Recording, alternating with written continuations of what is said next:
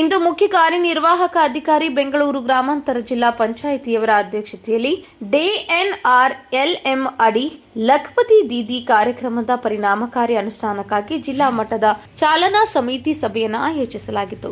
ಈ ಮೇಲಿನ ಸಭೆಗೆ ಸಂಬಂಧಿಸಿದಂತೆ ಬೆಂಗಳೂರು ಗ್ರಾಮಾಂತರ ಜಿಲ್ಲಾ ಪಂಚಾಯಿತಿಯ ಉಪ ಕಾರ್ಯದರ್ಶಿಗಳಾದ ಶ್ರೀ ಶಿವಕುಮಾರ್ ಸರ್ ಅವರು ಮಾತನಾಡಿ 2023 ಹಾಗೂ 24ನೇ ಸಾಲಿನಿಂದ ದೇಶದಾದ್ಯಂತ ಲಖಪತಿ ದೀದಿ ಉಪಕ್ರಮ ಜಾರಿಗೊಳಿಸಿದೆ.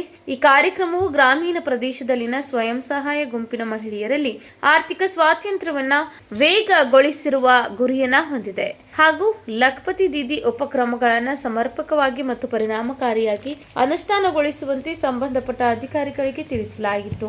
ಸದರಿ ಸಭೆಗೆ ಯೋಜನಾ ನಿರ್ದೇಶಕರಾದ ಶ್ರೀ ವಿಠಲ್ ಖಾವಳೆ ಸರ್ ಅವರು, ಮುಖ್ಯ ಯೋಜನಾಧಿಕಾರಿಯಾದ ಶ್ರೀ ರಾಮಕೃಷ್ಣಯ್ಯ ಸರ್ ಅವರು, ಸಹಾಯಕ ಯೋಜನಾಧಿಕಾರಿಯಾದ ಶ್ರೀಮತಿ ಅರುಣ್ ಕುಮಾರಿ ಮೇಡಂ ಅವರು, NRLMನ ಜಿಲ್ಲಾ ಕಾರ್ಯಕ್ರಮ ವ್ಯವಸ್ಥಾಪಕರಾದಂತಹ ಶ್ರೀಮತಿ ಮಂಜುಳಾ ಮೇಡಂ ಅವರು, ತಾಲೂಕು ವ್ಯವಸ್ಥಾಪಕರಾದ ಶ್ರೀ ಅಶೋಕ್ ಸರ್ ಅವರು ಹಾಗೂ NRLMನ ಸಿಬ್ಬಂದಿ ವರ್ಗದವರು ಹಾಜರಿದ್ದರು.